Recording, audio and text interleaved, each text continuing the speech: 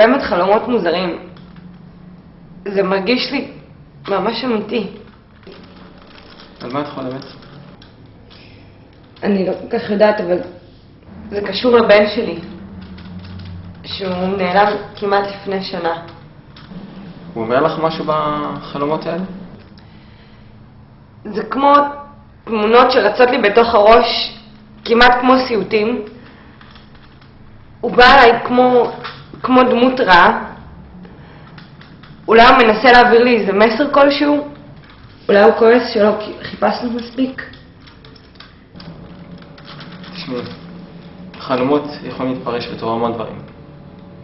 אולי הכאב שלך מתבטא בחלומות. אבל אני לא הייתי מייחס יותר מדי משמעות לחלומות האלה. טוב, אני רואה שנגמר לנו זמן, מיכל. אני ארשום לך כדורי שינה, כדי שתוכלי לישון טוב יותר בעצם, ואנחנו נדבר על זה פעם הבאה.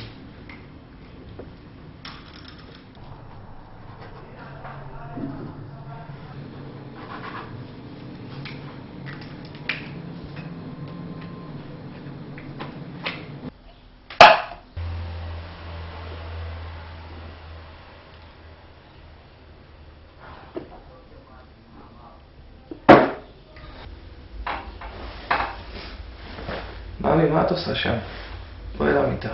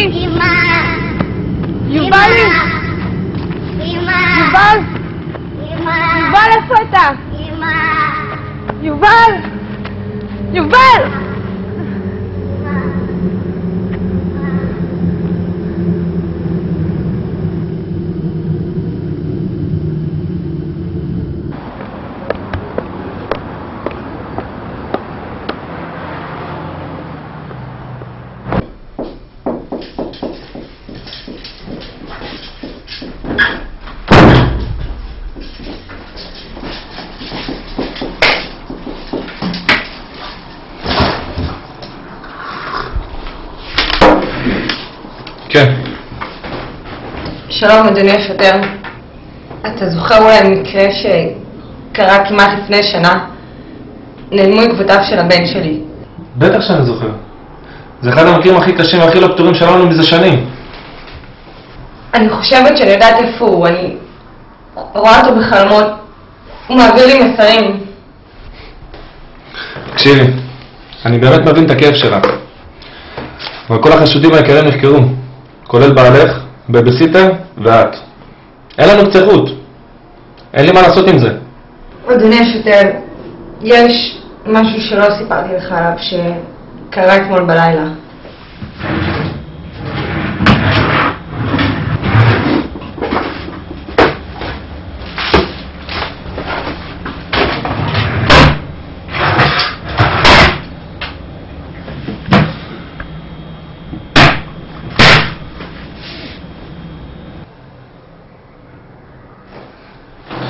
תשמעי, זה באמת חשוב. אבל אין לי הוכחות חותכות.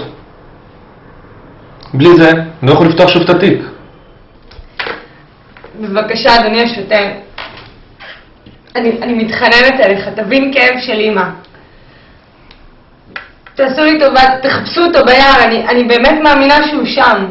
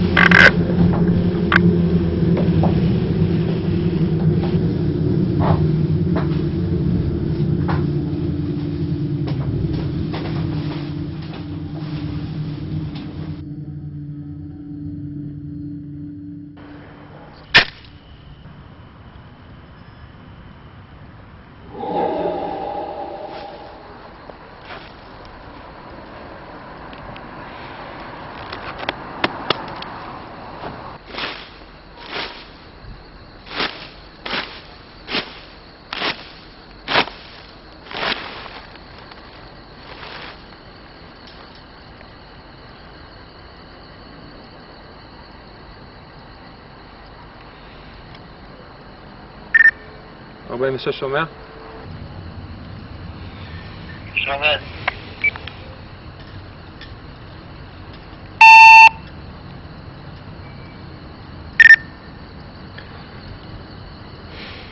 מקווה שאתה זוכר את המקרה של ילד שנעלם לפני שנה. מצאתי את הגופה שלו. שלח לפה מהר מוזק. שולח.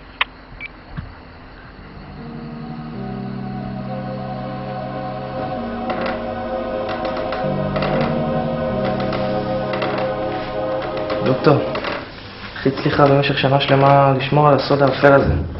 אפילו אני, בתור בן זוג שלה, חשבתי בה אפילו לרגע. בלילות האחרונים שמעתי אותה מבלבל את השם של יובל מתוך שינה. אז התחלתי לחשוד. נכנסתי לחדר שלו לחטט, אבל לא מצאתי כלום. כן, זה אכן מקרה קשה של פיצול אישיות. בה האישיות השנייה בעצם חיה באופן עצמאי בנפשו של החולה ומדי פעם מדברת איתו. במקרה של מיכל, האישיות השנייה התעוררה לפרק זמן קצר, ומיכל איננה זוכרת מה קרה באותו זמן שהאישיות התעוררה בעצם.